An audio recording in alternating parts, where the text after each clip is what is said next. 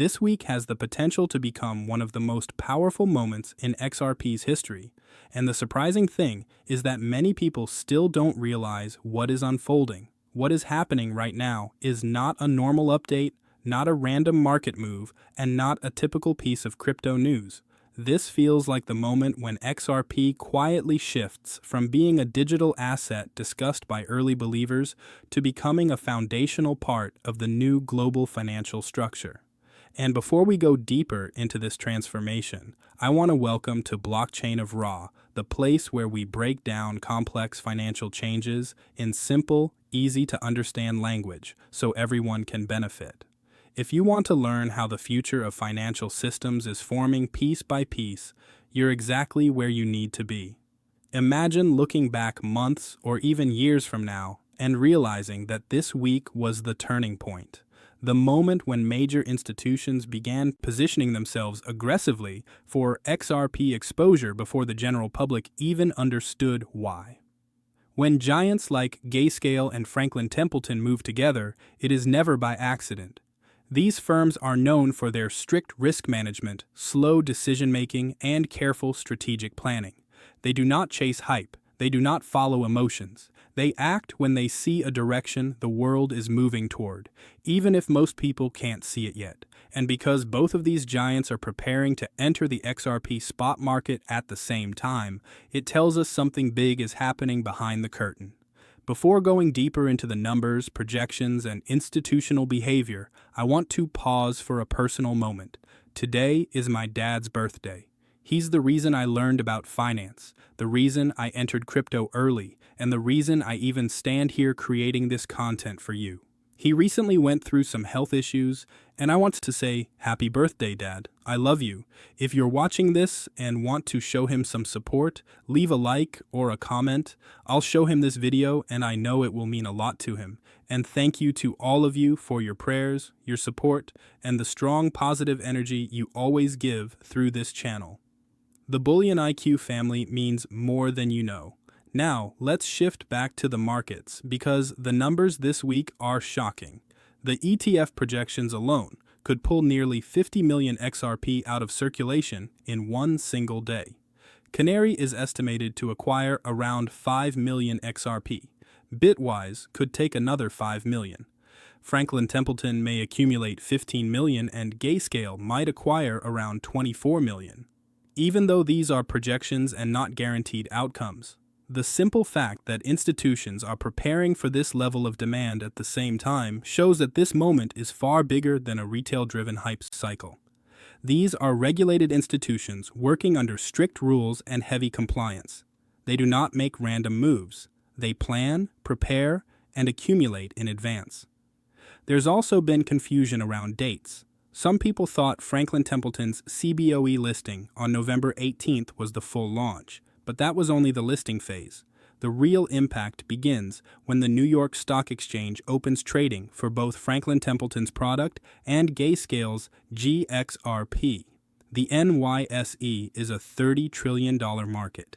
It opens XRP exposure to a massive network of brokers, funds, and advisors who previously had no regulated pathway to invest.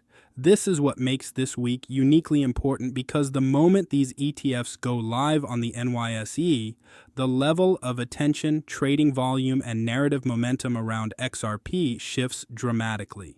All of this is happening right before Thanksgiving week, one of the highest volume news cycles of the year. That means more media, more coverage, and more eyes on XRP than we've seen in a long time. And institutions are positioning early because they understand what most people don't. When a new financial system is forming, the people who position first benefit the most. This week might be remembered as the moment when XRP finally stepped onto the global financial stage. The projections we are seeing right now are not random figures pulled from thin air. They come from real patterns and real institutional behavior that has already appeared in the market.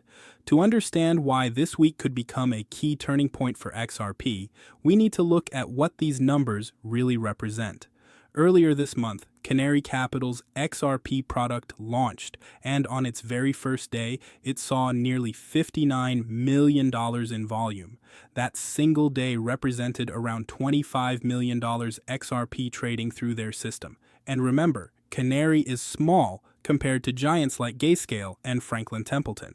So when you take this early data and apply it to much bigger institutions, the idea of 50 million XRP being bought in a single day does not sound unrealistic. In fact, it sounds conservative.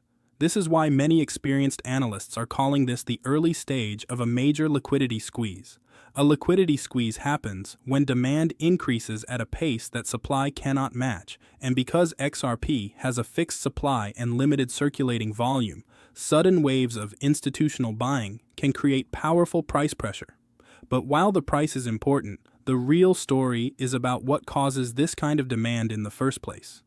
These institutions don't buy assets for emotional reasons. They buy them because they see a future in which these assets play a structural role.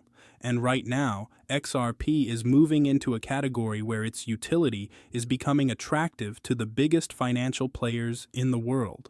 At the same time, we're watching the futures market explode. BitMEX recently saw a more than 2,000% surge in XRP futures trading activity.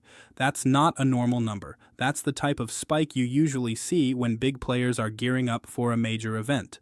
On top of that, Binance, Kraken, Bybit, OKEx, and other major exchanges are showing strong increases in open interest, leverage long positions, and aggressive futures buying. This usually means traders with deep pockets believe something significant is about to hit the market. Futures activity rarely moves this sharply without a strong catalyst behind it, and the upcoming ETF launches give us the perfect explanation for this behavior. But the truly important part is understanding who is behind these moves. Franklin Templeton is not a small organization. They manage over $1.5 trillion in assets, and they do not experiment lightly. Before they launched their XRP ETF, they had only launched one other crypto ETF, a Bitcoin spot ETF, back in early 2024. They didn't scatter their attention across different coins. They didn't create a long list of altcoin funds. They studied the landscape, evaluated the risks, and chose XRP as their next major product. That alone tells you something about the direction institutional attention is moving. When a trillion-dollar asset manager enters a new market, they bring their entire network with them. Franklin Templeton works with sovereign wealth funds, pension funds, global banks, insurance companies, and private equity giants. These clients don't think in small numbers. They think in millions, tens of millions, and sometimes billions. And what most retail investors don't fully understand is that when these ETFs go live, Franklin Templeton's advisors will begin recommending XRP exposure to their clients. This creates a ripple effect. More interest, more demand, more buying, and more liquidity entering the ecosystem. Now think about the timing. The NYSE launch is happening right before a major holiday cycle, which means the financial media will be full of market coverage. Crypto news spreads faster during these periods because people are actively watching markets, planning end-of-year strategies, and preparing for the next big trend. This creates a perfect environment for powerful narrative momentum around XRP. When something gains attention at the right time, the effects multiply quickly. All of this leads us to one clear conclusion. The institutions moving into XRP right now are not doing it casually. They're preparing for what they believe is the next phase of digital finance. And retail investors who often react emotionally or focus on short-term price moves can easily miss what is happening underneath. This week is shaping up to be more than just a milestone. It might be the moment when institutions publicly step into a space they have been quietly studying for years. We need to go deeper into the implications of what these financial shifts mean for the broader crypto market, especially for assets like XRP that sit at the center of conversations around liquidity, payments, and financial restructuring. When private credit markets tighten and traditional banking channels start showing cracks, the demand for faster, more transparent, and more liquid settlement layers increases. That is where many people in the crypto space believe blockchain-based assets begin stepping into a more serious role, not just as speculative investments, but as potential infrastructure for moving value across borders. The main reason this narrative gains strength is because traditional finance has long dealt with delays, counterparty risks, and high operational costs.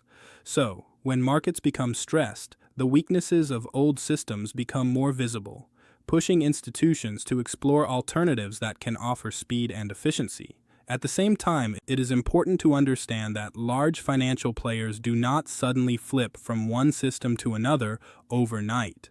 They evolve slowly, they test systems, they build regulatory frameworks, and only then do they start integrating new technologies into their core operations.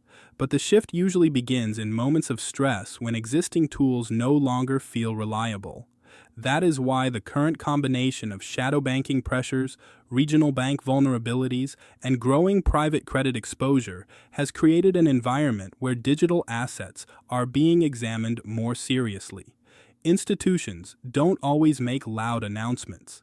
They often work quietly in the background, evaluating infrastructure, running pilot programs, and testing settlement networks. When we look at increasing partnerships, pilot programs, and cross-border payment tests around blockchain systems, we can see signs of this transition building slowly over time. Another factor we must consider is liquidity. In stressed financial environments, liquidity becomes the single most important asset. Markets that function well during stable times can suddenly freeze when uncertainty rises. That is why institutions look for settlement layers that remain operational 24/7 without relying on physical banking hours or slow interbank messaging systems.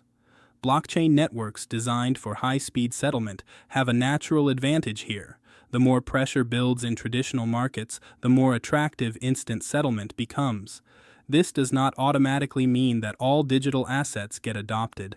Instead, it means the demand for efficient settlement grows, and only networks with proven reliability begin gaining attention at the institutional level. It is also important to acknowledge how regulation is shaping this entire space. Governments and financial regulators around the world are becoming increasingly aware of the importance of transparency, compliance, and risk control in financial markets. Digital assets that align with these requirements have a much better chance of institutional adoption. This is one of the reasons why some cryptocurrencies consistently appear in discussions around banking, liquidity, and payments. They fit into a narrative of regulated, compliant, and efficient settlement. Whenever financial systems experience stress, regulators tend to accelerate new frameworks to prevent future risks. This can indirectly support the growth of digital asset infrastructure because it pushes the market toward greater clarity and structure. Investors and institutions feel more confident operating in environments where rules are clear and enforcement is consistent. On top of that, the wider market sentiment plays a major role. When everyday investors start noticing instability in banks or credit markets, they begin exploring alternative stores of value or ways to preserve liquidity. This behavioral shift adds another layer of momentum to the crypto narrative. Public interest increases, discussions around blockchain technology grow, and attention moves from short-term speculation to long-term use cases. It is in these periods that educational content, analysis, and expert commentary become extremely important because people want clear explanations about how new financial systems could function. Looking forward, one of the biggest questions is how quickly traditional financial institutions will transition into using blockchain-based systems for settlement and liquidity. The pressure from shadow banking risks may accelerate this process, but it will still require coordination between banks, regulators, and technology providers. What we can say with confidence is that every period of financial stress creates opportunities for new technologies to prove their value. And if a digital asset or settlement network consistently shows reliability, scalability, and regulatory alignment, then it naturally positions itself as a potential tool in future financial architecture. It becomes clear that the current financial environment is setting the stage for major structural changes. When traditional systems like regional banks, private credit markets, and shadow banking sectors experience pressure, the ripple effects touch every part of the global economy. These stresses don't remain isolated. They spread through liquidity channels, investment flows, and credit networks. This is why analysts across the world are paying close attention to how institutions manage risk during times like these. When cracks begin to appear, financial players start searching for backup solutions, alternative settlement technologies, and systems that can operate even when conventional methods slow down or become unstable. One of the most important things to understand is that financial markets move in cycles. During stable periods, institutions rely heavily on legacy systems because they appear dependable and convenient.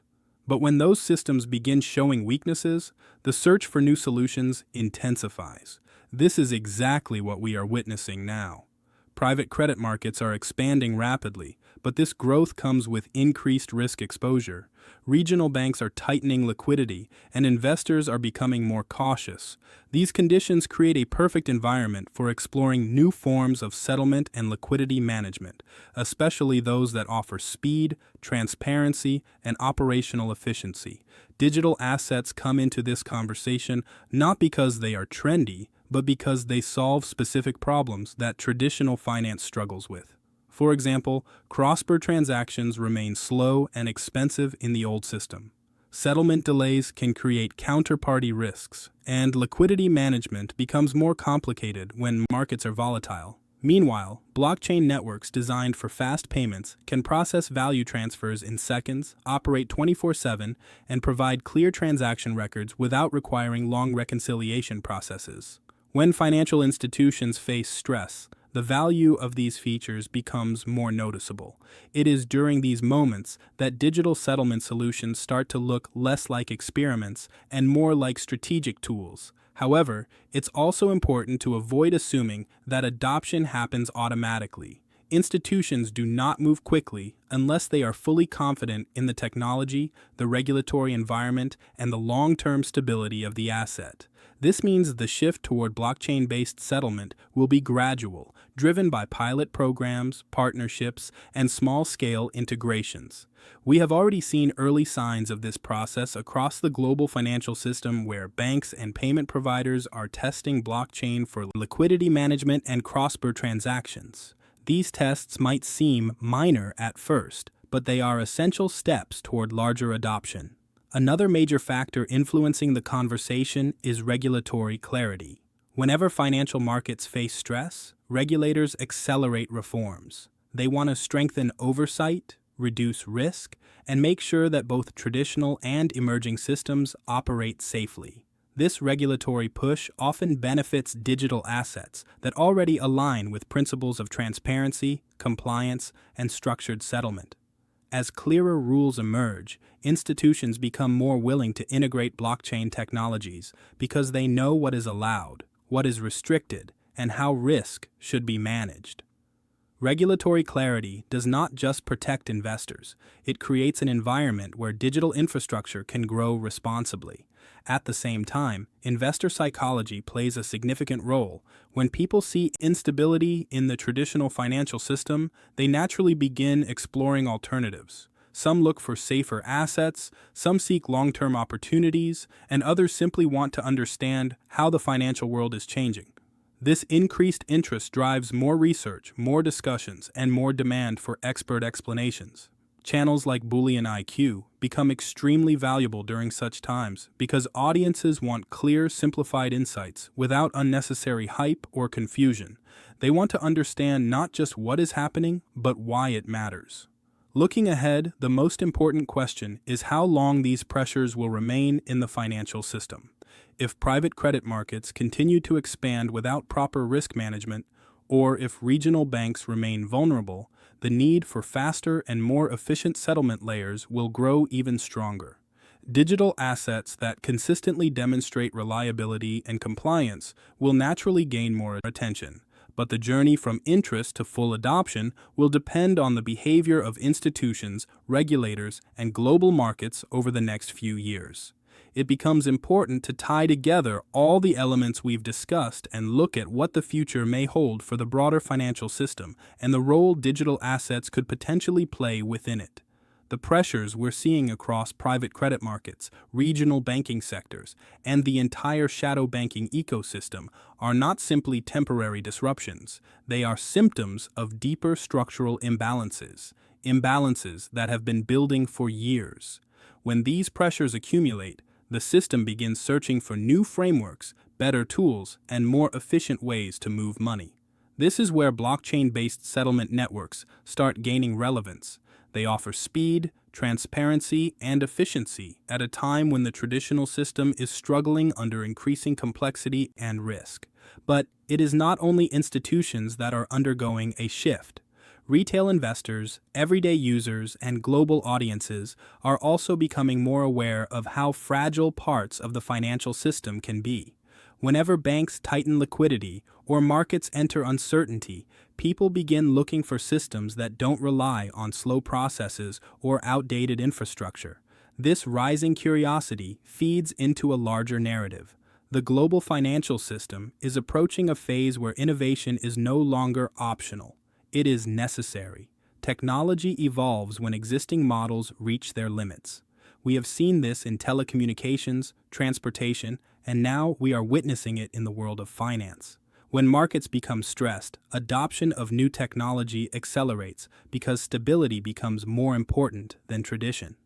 One of the key drivers guiding this shift is the need for real-time liquidity. In a world where value moves instantly across borders, relying on settlement systems that take multiple days creates friction. Financial institutions can no longer afford these delays, especially during periods of volatility. Instant settlement reduces counterparty risk, speeds up transactions, and creates opportunities for more efficient capital allocation.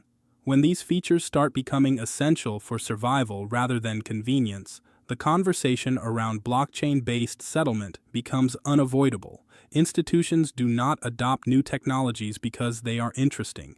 They adopt them because they solve urgent problems.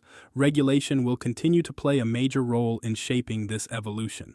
Governments across the world are recognizing that digital assets are not temporary trends. They are becoming part of the global financial discussion as regulatory frameworks become more detailed, clear, and structured.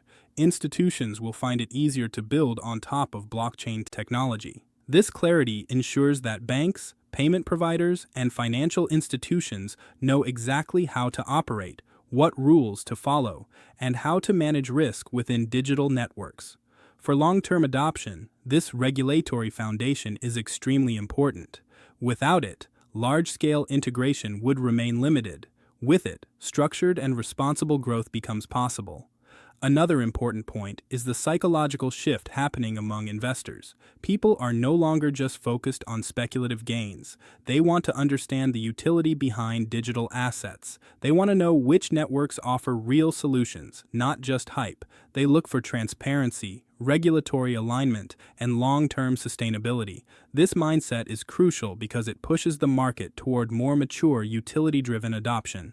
When investors look beyond short-term price movements and begin focusing on real global use cases, the market naturally starts separating strong projects from weak ones. Meanwhile, institutions continue to monitor technological advancements. Even if adoption is slow on the surface, progress is happening behind the scenes. Pilot programs, settlement tests, cross-border experiments, and internal evaluations are all part of this transition. These small steps build the foundation for larger integration in the future. The financial system evolves quietly before it evolves publicly. By the time the shift becomes visible to everyone, the groundwork has usually been in place for years. Looking forward, the biggest takeaway is that the global financial environment is entering a transformative era. Traditional systems will not disappear, but they will increasingly integrate new technologies to remain competitive and resilient. Digital assets that provide real utility, especially those designed for payments, settlement, and liquidity, may find themselves at the center of these discussions. And for analysts, investors, and audiences who pay attention early, this transition offers valuable insight into where the financial world is heading.